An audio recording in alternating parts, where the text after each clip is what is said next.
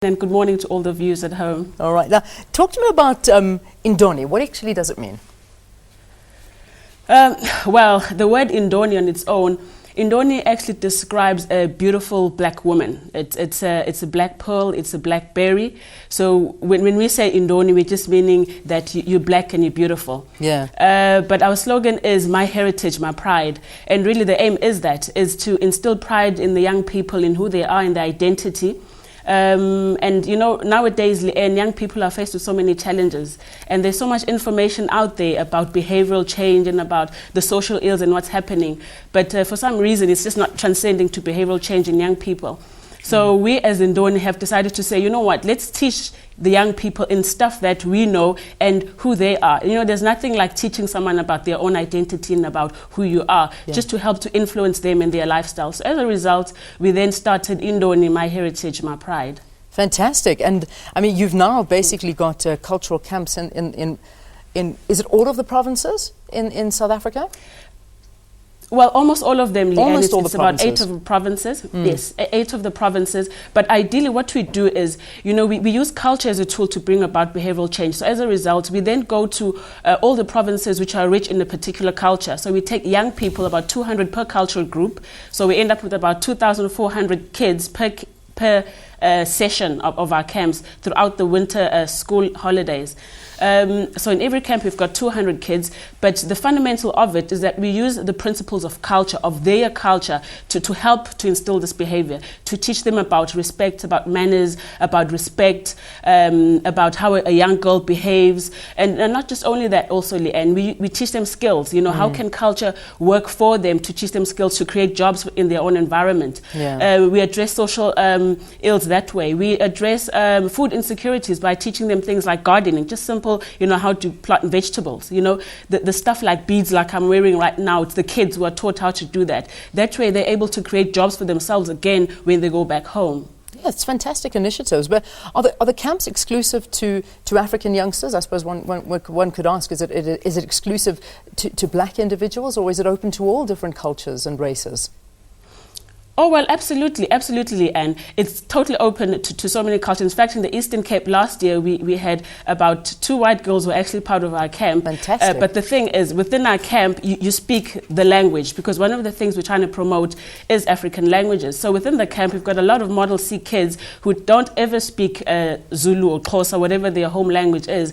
But the one thing is that we speak the home language throughout the camp. So anyone who wants to learn Zulu, who wants to learn Xhosa, who wants to learn Pedi, Swati, and as well as the lifestyle and the history behind the culture as well. It's everybody is welcome to actually come and join. Do you find that in each province the different schools are different? Obviously sort of focusing more on the cultures that are in that province and more specific. I mean, you take the Eastern Cape, you'll take the Northern Cape, you'll take Gauteng. Does it cross boundaries, or do you find that you try and keep it more specific to the area that you're in? You know, Leanne, the one other thing we try our best to do is to create this kind of social cohesion, and also to create a platform for intercultural exchange. You know, you find that many a times you find that cultures in South Africa, they're up against one another. If you're Zulu, you're Xhosa, you're against me, blah, blah, blah. So the one thing that we do try and do is to create that intercultural exchange and awareness. Because you know what, Leanne, if I'm Xhosa and you're a vendor, and I don't understand your attire, what you wear, your food that you eat, you know, I will tend to disrespect you and to ridicule you. But once I understand it, then I can respect you. So we do try a lot to actually bring that essence of social, know yourself, but also respect the next person as well. Yeah. I find this interesting at a time like this, because there's so many debates raging on about, you know, whether young South Africans are actually forgetting where they come from, are they forgetting about their culture and they're becoming too westernized. Do you feel that this is happening? Yeah. Absolutely, Leanne, absolutely. You know, Leanne, by profession, I'm a medical doctor. So I think because I look young people like to come up to me and talk to me about their problems, etc., etc. And really, whenever I actually deal and dwell with them, I actually realize that, you know, the one thing that is actually missing in these kids is just identity. You know, just that grounding of who I am, where do I come from, and what does my culture say, what does my family say about this kind of behavior. They're being influenced by so many things out there. I mean, sometimes because even us as parents, we're not even there to actually teach them as it was yesteryear. But so our kids are influenced by social media, by TV, etc., etc. And I mean, kids are like sponges, Leanne. So whatever they see, monkey do. You know, they'll do exactly what they're exposed to.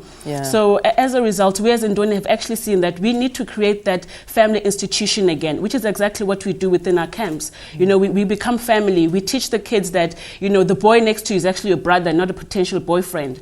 You know, the lady who's walking in the street is a mother to you, not just any lady out there. So that is where actually respect begins, just being aware of the next person and respecting the next person. And I promise you, Leanne, if we could do that, there's so much money that government is even spending on social ills especially, but just teaching kids about manners and respect will just take us so far and reduce so much a load, even to government. I love what you're saying. I think it's so true. I really, really do. Besides all of this, there's a pageant that you're holding, the Cultural Miss SA pageant. Very quickly, tell us about this. I know that this is the second year that you're holding this. What's this all about? Yes. Well, Leanne, you know, young people like glitz and glamour. You know, for us to say to young people, we're going to take you into a camp, we'll teach you about clutch culture, blah, blah, blah, it would be very boring to them. So, but now the essence is there's the Cultural Miss South Africa pageant, which happens in September, as well as the Cultural Carnival, which also happens in September. Now, young people like the fact they'll be on TV, they'll be dancing in the streets for the carnival, etc., etc. So more than anything, it's for us to say, you know what, you've gone through the camp, and, you know, within each camp, we then choose who a lady, a particular lady, remember our name is still Indoni, which means a beautiful black woman. So we then choose an Indoni of that culture to say, you know what, you've done so well, you represent your cultures at best. And as a result, we then choose an Indoni of the Zulus, the Xhosas, the Pedis, Tswanas, Khoisan, Shangans, 12 cultural groups. I can't count them all in South Africa. And then it is these girls who've actually been through our camp who then enter to become part of the, you know, the Cultural Miss South Africa pageant in September. Even that, I mean, it showed on SABC last month, and it was a beautiful array of culture, of showcasing their skills they've learned at the camp, their dressing attire, and also a lot of dramatic art, because we teach them a lot of dramatic art within the camps, because that's also just a way of us teaching them how to express themselves as well. You know, so yes, the Cultural Miss South Africa pageant is something that many people like quite a lot. But it's okay for me, but for me, the fundamental principle is what we're actually doing at the camps. Well, good luck. Keep up the great work, whatever you're doing. It seems to be working. Culture extraordinaire and chairperson of the Indoni Cultural Schools, Dr. Nomcebo Mthembu. Thank you for being our guest here on Morning Live.